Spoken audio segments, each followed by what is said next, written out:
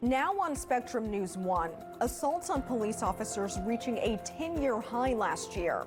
This hour, why the profession is becoming more dangerous and the effort in Cincinnati to stop violence against law enforcement.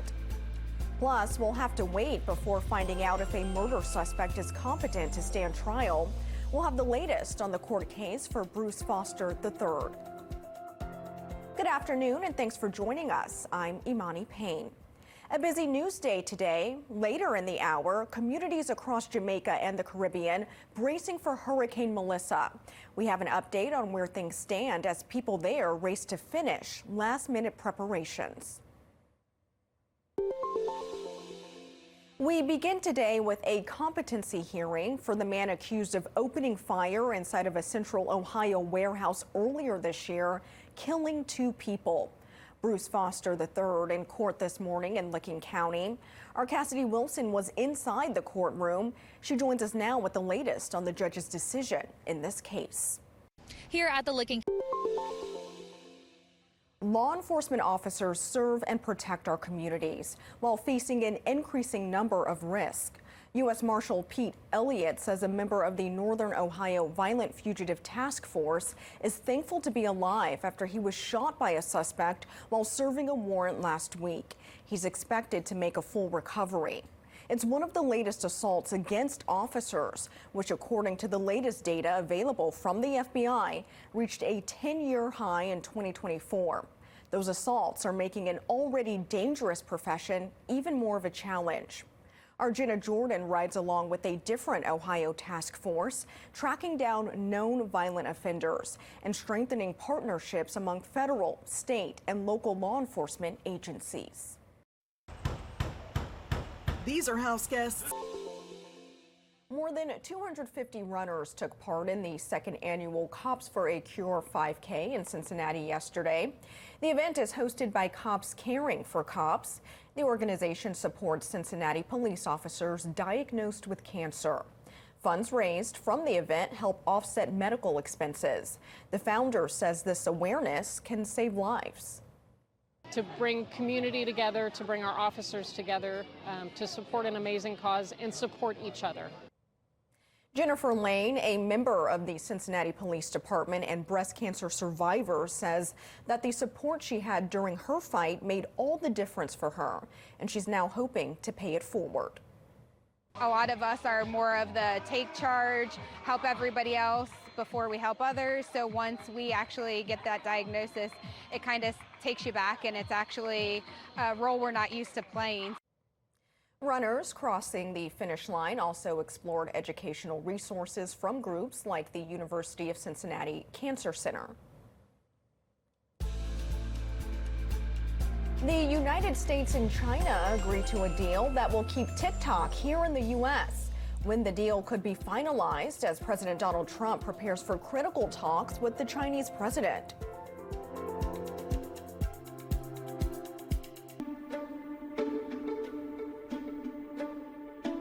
The government shutdown now on its 27th day, still with no deal in sight.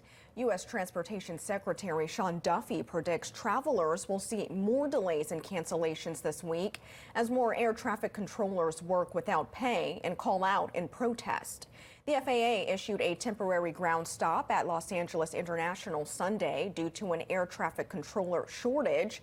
The administration listed staffing shortages at 21 air traffic control facilities across the country. The agency says there have been 200 air traffic control shortages at different facilities since the shutdown began on October 1st.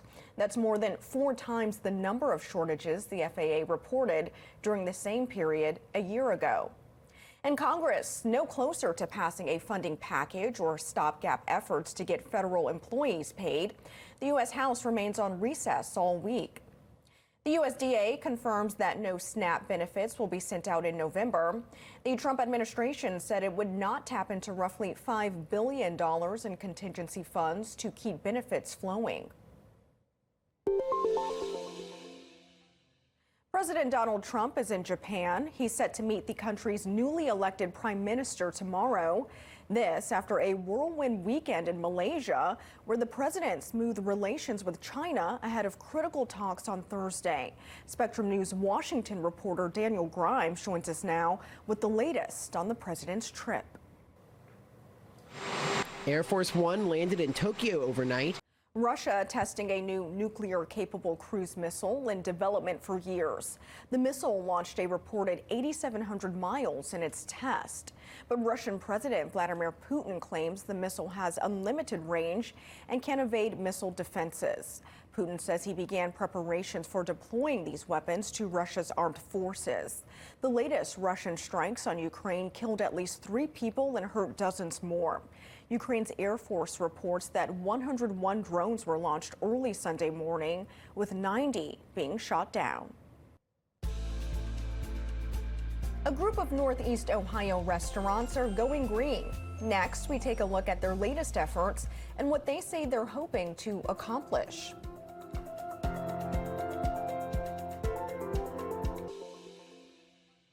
The Cleveland Heights Green Team is on a mission to make their neighborhood more green.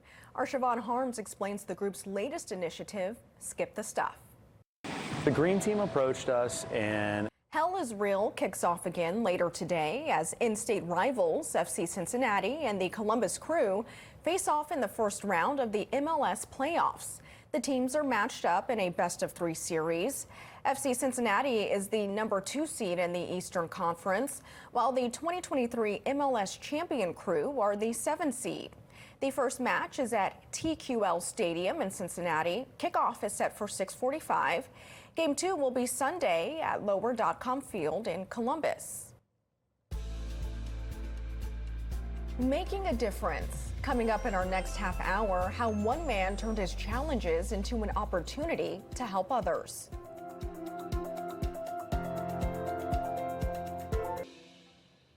Hurricane Melissa intensifying to a powerful Category 5 storm, which would be the strongest hurricane to hit the island since record-keeping began in 1851.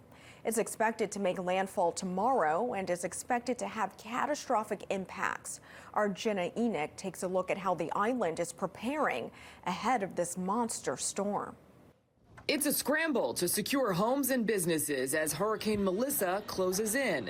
Shelters are open and government officials say supplies of food, water, and generators have been pre-positioned, but warn evacuations could be difficult in certain areas. Senior citizens in Kingston, Jamaica started evacuating by bus to a storm shelter. We are also organizing evacuation of residents from low-lying areas in order to preserve their lives. That's the priority of the government of Jamaica, preserving as many lives as possible. Officials are also warning of extensive damage to infrastructure, power and communication outages, and the isolation of communities in Jamaica. Many went out to buy supplies, food, water, bread, only to find store shelves were bare.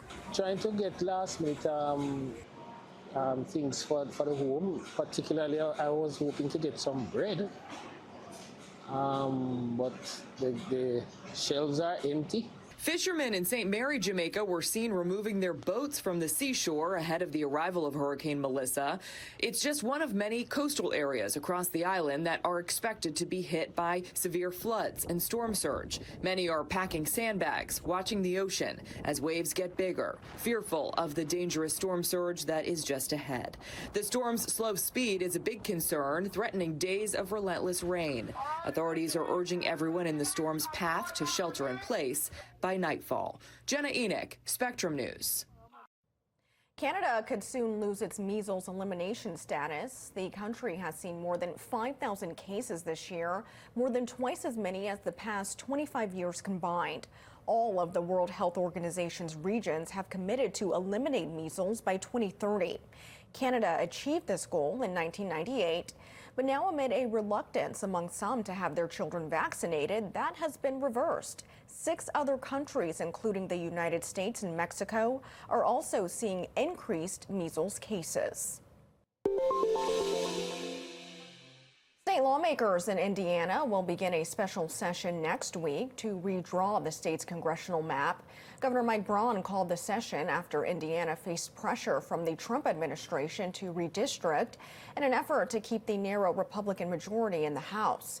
State lawmakers hold the power to draw maps in Indiana, but it's not clear whether new maps have enough support among state senators to pass.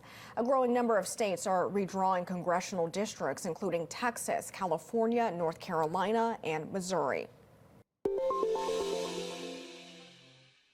Continuing coverage this afternoon, French prosecutors say authorities have made 2 arrests in the brazen heist at the Louvre. They say one man was preparing to flee the country. As Spectrum's Katie Streit reports, 100 investigators have been working on the case for the past week. The Paris prosecutor's office confirming the arrests yesterday. A bipartisan group of lawmakers want to hear from the NBA regarding the recent gambling scandal. The FBI investigating allegations of insider information used in an alleged mafia-related betting scheme on NBA games and rigged underground poker games.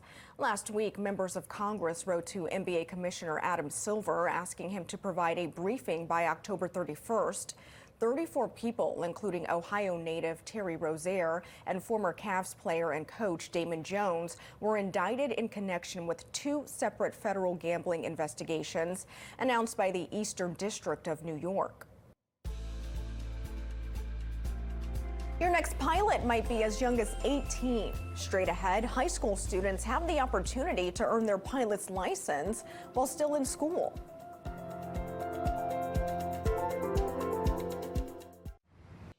Ohio's aviation industry is facing a major shortage of skilled workers, but some high school students could be the ones to fill the gap. Spectrum News 1 reporter Sheena Elzy shows us how one school and a $15 million grant are helping teens turn their passion for planes into a career.